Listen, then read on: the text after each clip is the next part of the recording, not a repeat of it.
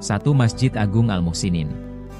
Alamatnya berada di Jalan Datuk Perpatihan Sebatang, Desa Aro 4 Korong, Kecamatan Lubuk Sikarah, Kota Solok. Salah satu wisata religi yang bisa kamu jumpa di Solok adalah Masjid Agung Al-Muhsinin. Dengan arsitektur bangunannya yang ikonis seperti Masjidil Haram, masjid ini pun menjadi simbol kemegahan Kota Solok. 2. Gunung Talang.